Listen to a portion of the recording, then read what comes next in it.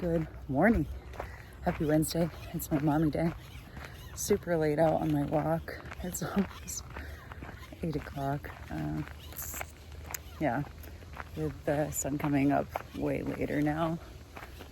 I'm just in a sleepy mood, and then baby snuggles, and then all of a sudden it's 8 and you're like, oh my gosh, what the heck? So I'm gonna go enjoy my walk, but I did want to take note that I was taking notes earlier in my journaling time, talking about kind of plans for the vlog and just kind of like letting ideas and creativity just come out as it was. And I kind of put together a schedule, which is kind of what I've been doing. But my new plan is taking the weekends completely off, unless we're doing something really fun on like Saturday or Sunday. And I just aesthetically create like a little video just to capture like the essence of the day, like I did with the pumpkin farm and that random video from last year as I was decluttering my stuff.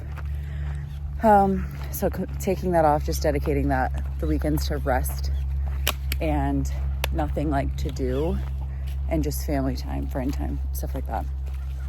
Monday, Tuesday vlog, just to capture our growing family and, you know, as we grow, as we age. Wednesday on my mom day, having like, I'm gonna try something new, and that's if I have the energy.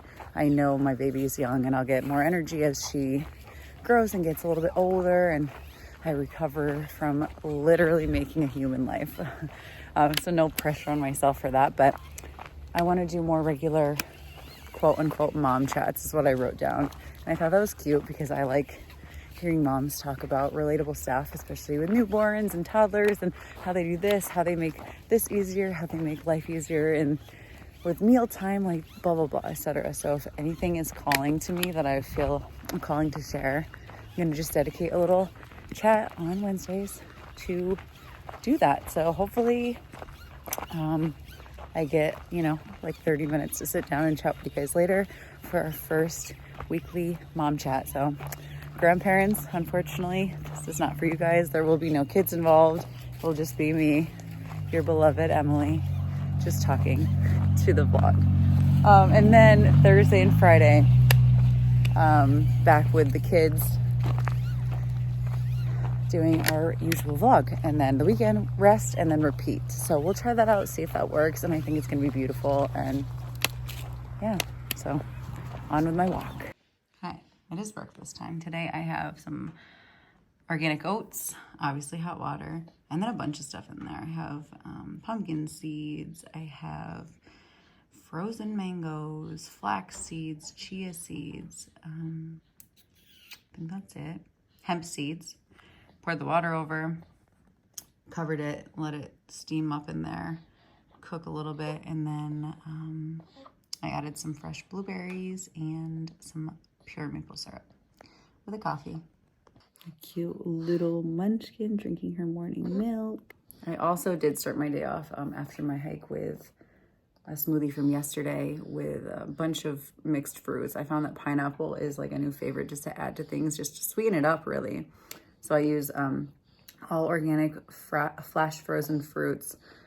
Yesterday was pineapple, mango, a mixed berry, and acai. And yeah, I made 3 mason jars. So I had one for right after my hike when I'm like, I need something in my body right away. And then I just worked out. I have not been working out, so that felt so good. Worked out right next to Lana. She did tummy time in her little bassinet, and she was just like chilling the whole time. Oh my goodness. And now I'm gonna eat my oatmeal with lots of protein. Okay, I managed to take a shower, and I'm hoping I can do the weekly mom chat, but I have been held captive for quite some time now, for several hours. So we are just going with the baby's flow. And what I'm thinking, I'm just gonna have to do it very casually, like in the car while she naps, or like out on a walk, or just tonight in the dark car kind of thing. And we'll see how this goes. This is from my point of view. The sweetest little baby. Okay, we are on day like I don't know, a lot of the baby just not wanting to be home, either wanting to be outside or in the car, or just nursing nonstop. And I cannot even. Any other mamas, you know exactly how I feel. So we are going on a solo trip to the park, and I'm gonna walk. I have my hiking shoes on. It is absolutely gorgeous outside. I have some fruit for some snacks, and yeah, we're gonna go live it up. So that's what we're doing. Okay, we made it. We're out on a little bit of a walk. She's still not sleeping, but we're getting some nature time. Okay, hi, Lana and I are just getting back from our little walk. She's sleeping in the background. So with that being said, there's no time like the present to film this quick little vlog. I'm gonna go pretty quick because she'll probably wake up. She could sleep for an hour, but she's stirring, so she could also sleep for like 1 minute, and there's no in between. So if I cut out and then show back up in a different setting, that is why, because she has woken up.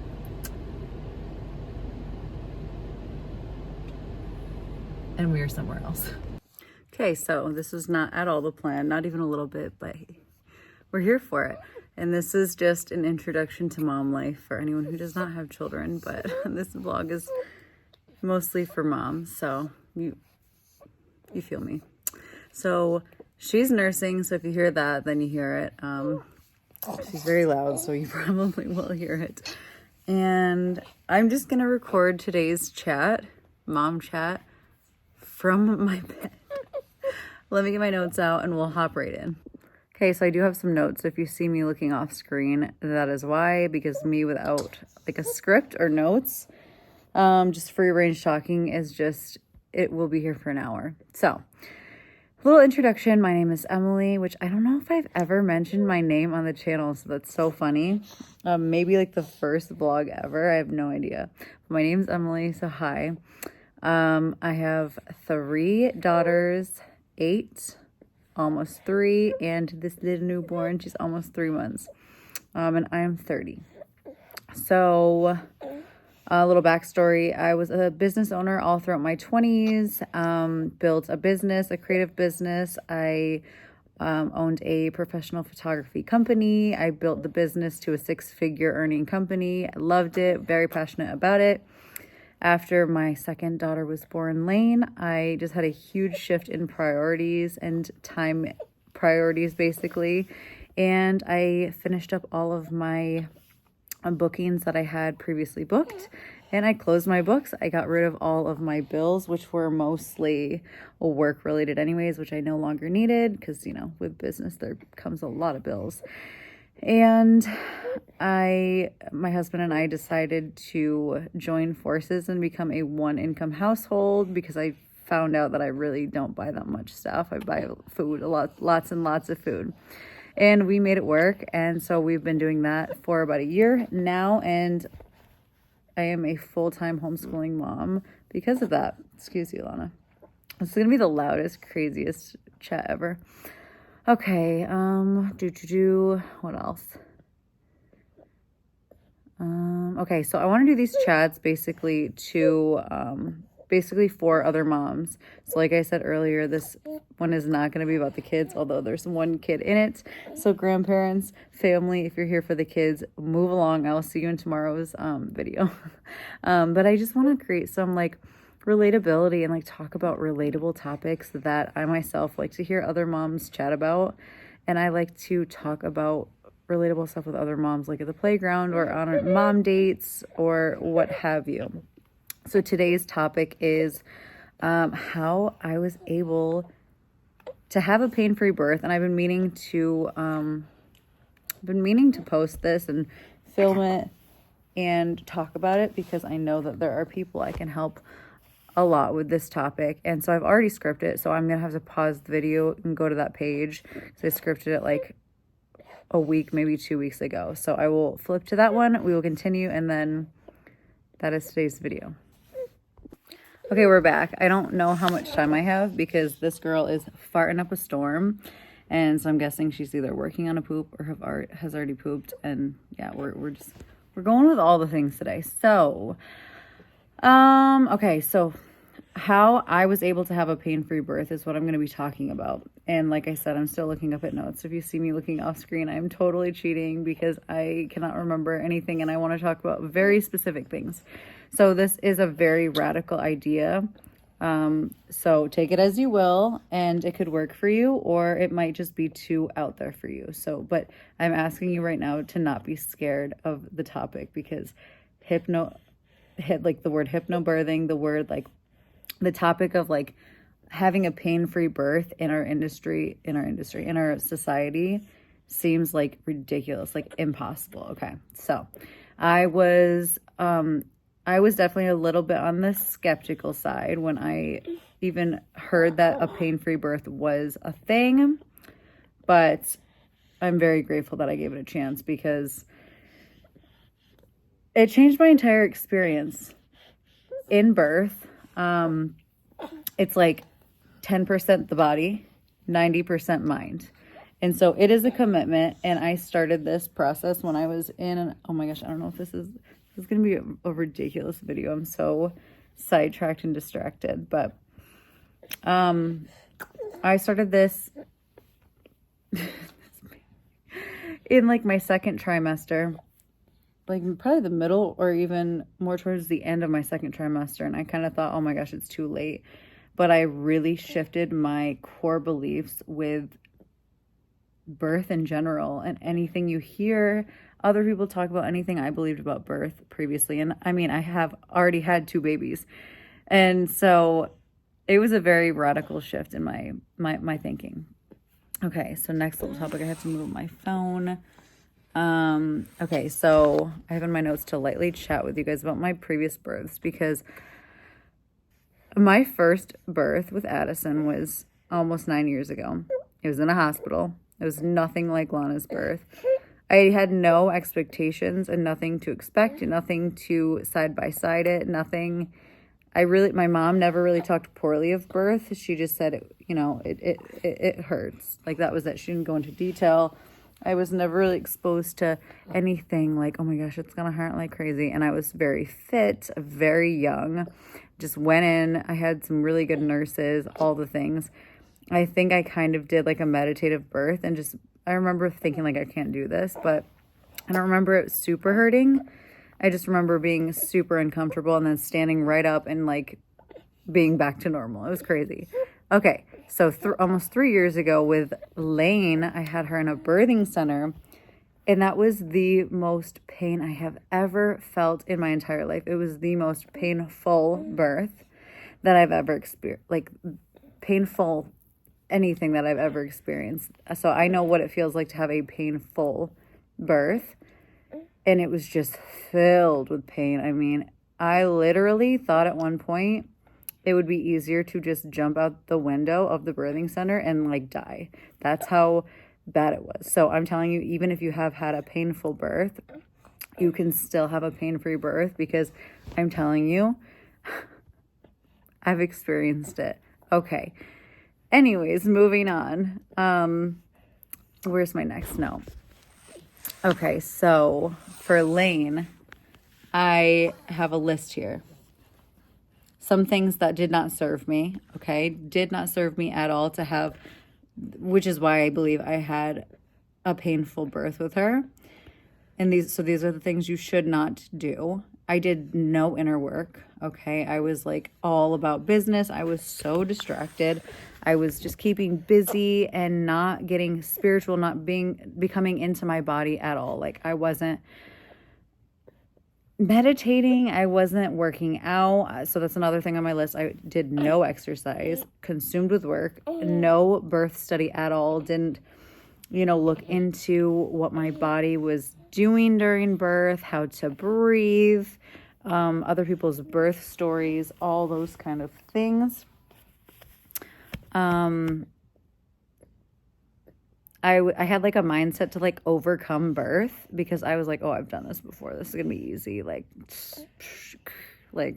this has nothing on me. So I was trying to like control, right? I was trying to control birth, which you don't control birth. No. That's just not how it goes. Okay, now my phone's in the way. Hold on. Next thing is I was not eating the healthiest foods, and I was vegan, but I was eating lots of processed foods.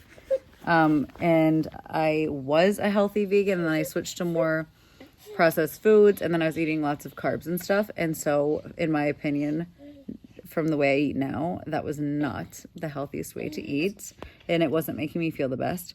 I was literally terrified. Next thing, I was literally terrified when birth began, which is something that is a big no-no because it is nature. It is natural. We should not be scared of it, but I was scared. I was scared leading up to birth. I was scared of the whole thing. I didn't want to do it. I did not want to do it. And then I went into contractions, and I went into it knowing that it would hurt. Okay, so those are the things that you should not do. All right, moving on. Here are the things that I did that you can do too, starting right now, however far along you are, if you're trying or whatever the heck. These are the things that I did, which I fully believe helped me have a pain-free birth.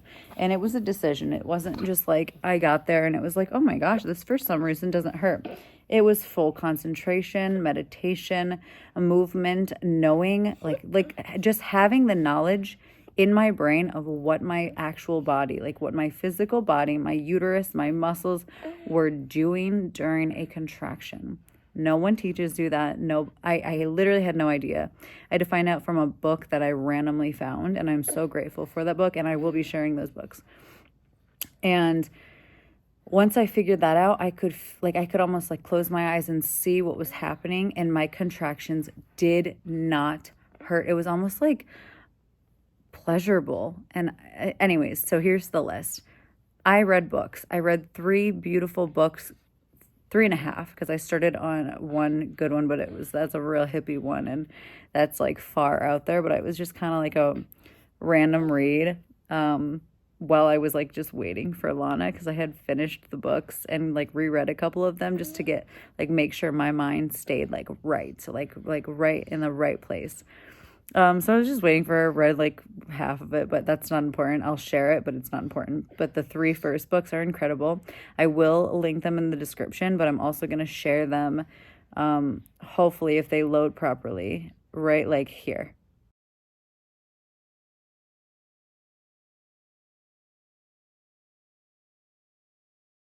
Okay, so hopefully you just saw the 3 books that I used.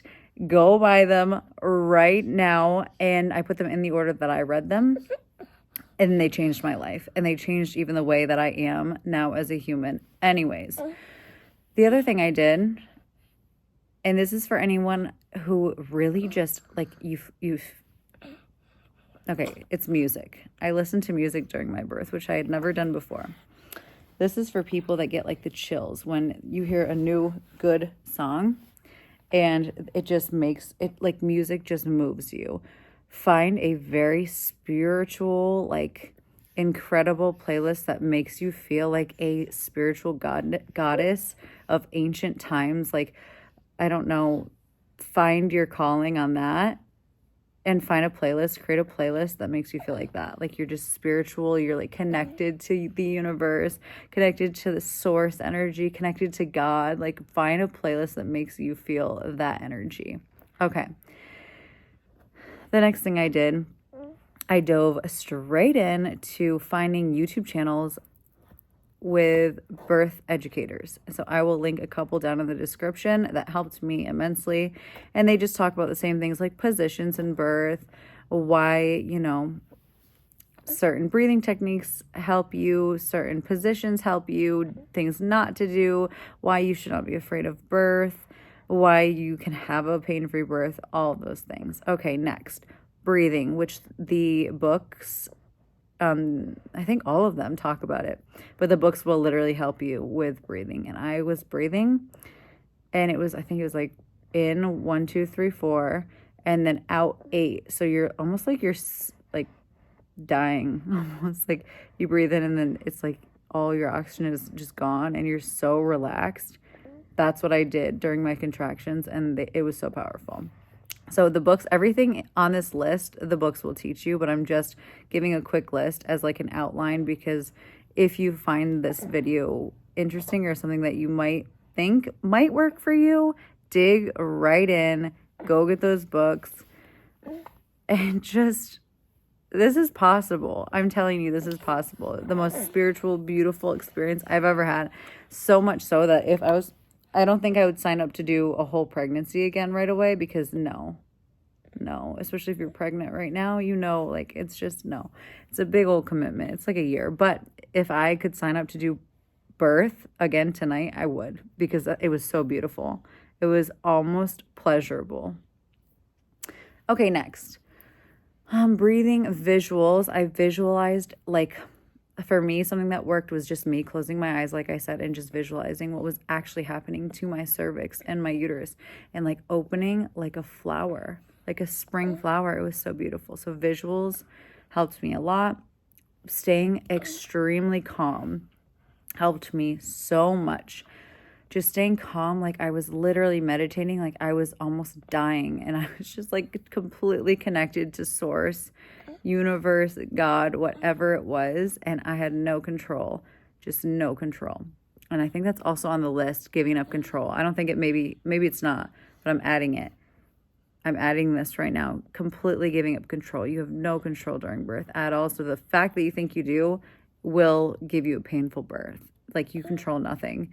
And you can use this frame of thinking, which most of the books talk about, even if you plan a home birth and then end up going to the hospital, or you plan a hospital birth, end up having a cesarean, or you plan a cesarean and that's exactly what happens. And you can use these tips and tricks to basically keep yourself calm and enjoying the process of bringing your baby into the world with whatever decision or whatever happens with your birth, because you cannot plan what happens, but you can plan how you're going to go into the process. Okay, so moving on.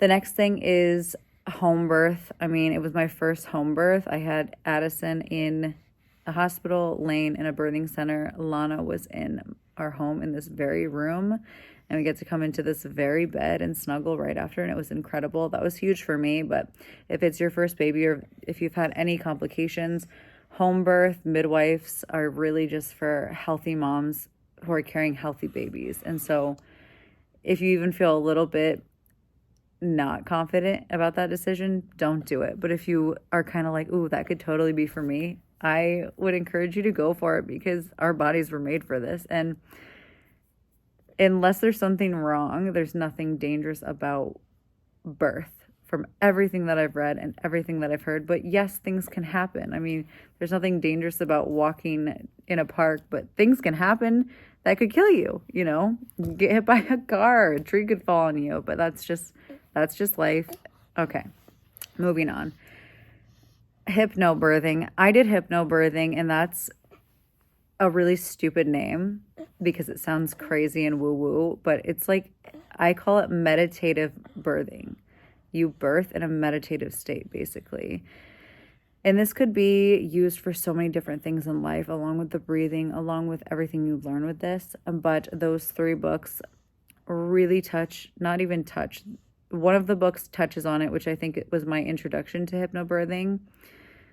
And then the other 2 books are all about it, and it will help you like understand hypnobirthing and the whole thing. And it's a beautiful philosophy, and many women swear by it. And most people who use meditative birthing or hypnobirthing have pain-free births. And it's all it is just visualizing, breathing, and basically going into a meditation, releasing control and letting your body do what it does.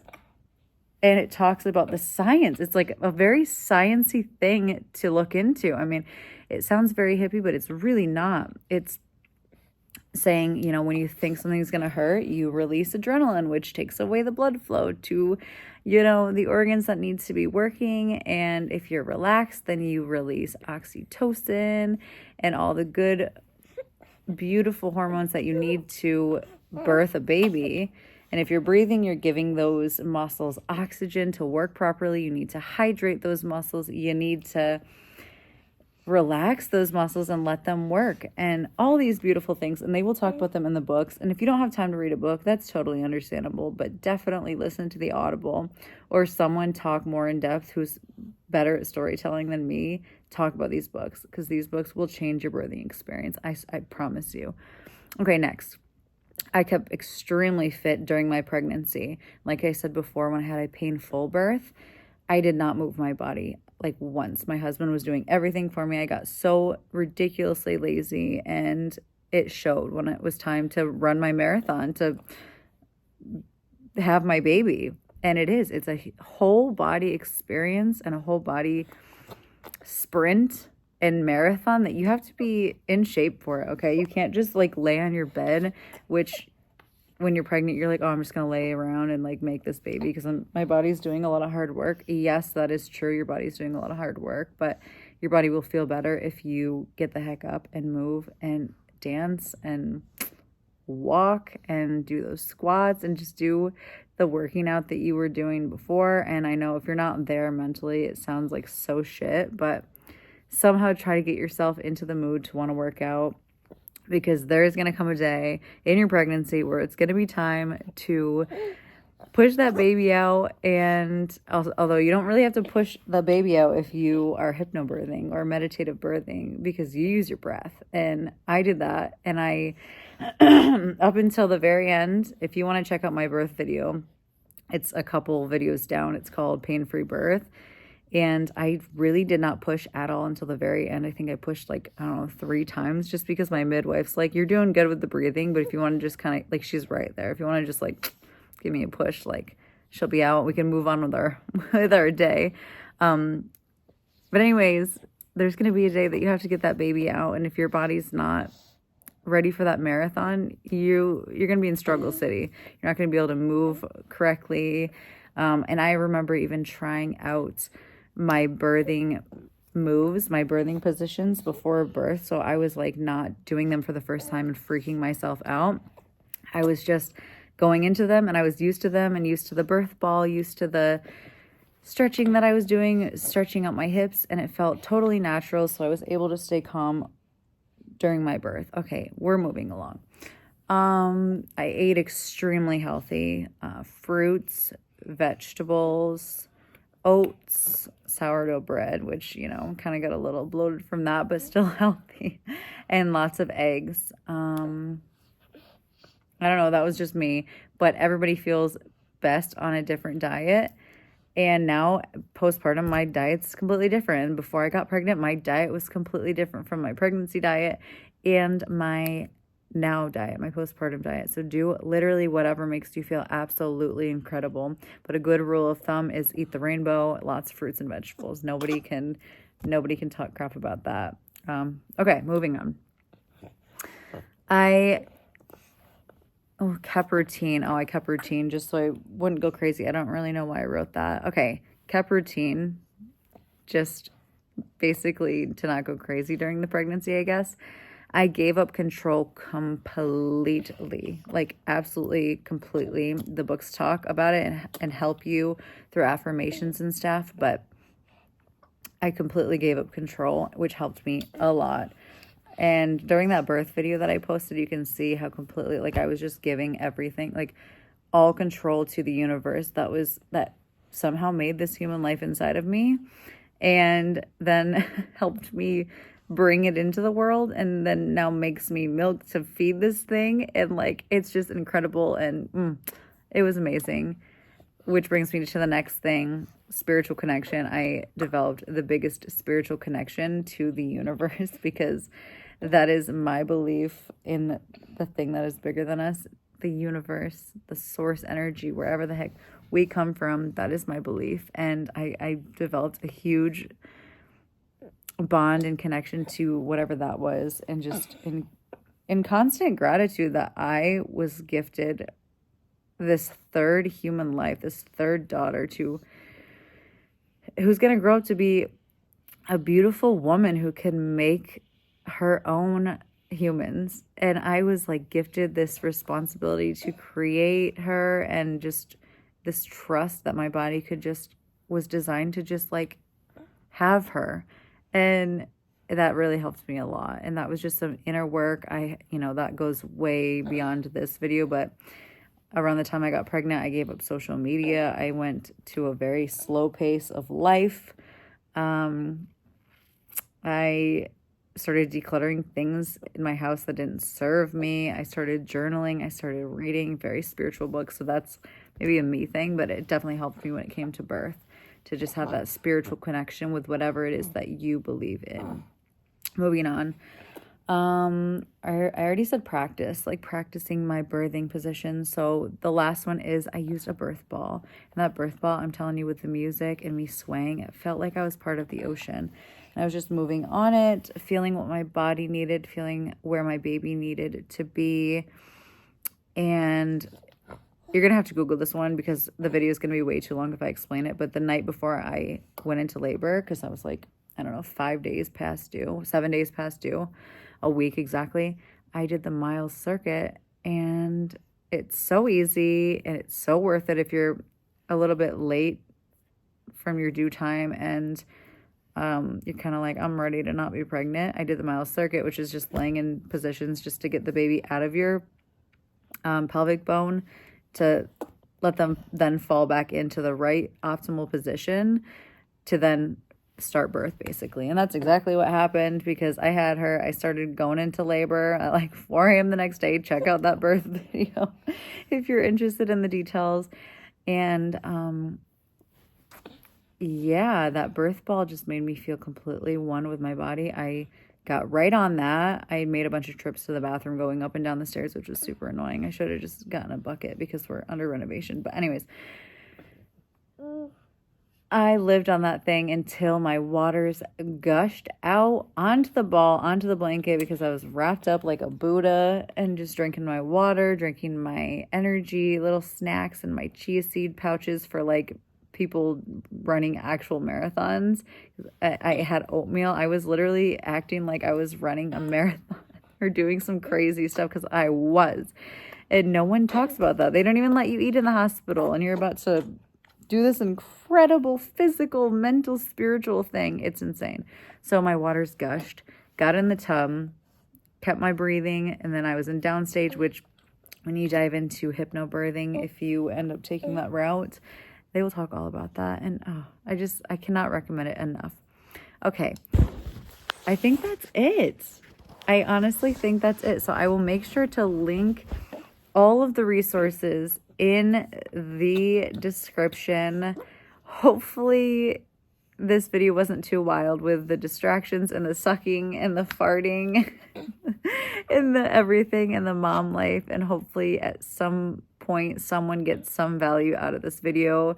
If this was useful for you, I'm so happy. And that is all. Like, that is all that I wanted to do this video for, is at least one person to get value out of it, because I looked to so many women on YouTube when I was looking into all this, and I felt so grateful that I had so many people to look to for help and guidance with this philosophy. But anyways, and if this wasn't your thing, or you're a guy, or you're not pregnant, then hey, I'm glad you watched it as well.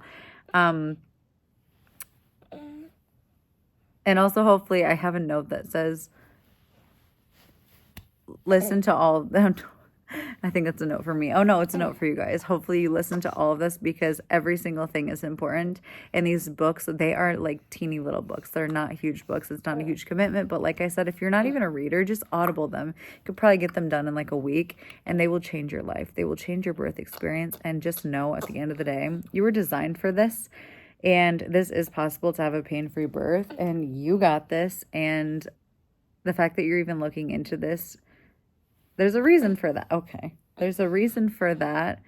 And because you know it's possible. Everything that society tells us is wrong about birth, and it just scares us. And it goes through all the history of birthing and all the science behind it. And it's really a beautiful, beautiful way of thinking about birth. And so I'm glad I got to do this video before I'm too far along postpartum, that this just, I can't like remember certain things or like feel certain things that I felt right after birth, which I'm starting to lose that. So I'm very glad that I got this video right out. So that is the mom chat for this week. So happy Wednesday. Hopefully you got some sort of value out of this, and I will see you back next week for another mom chat. I don't know what the heck we're going to talk about, but it should be fun. Okay, bye.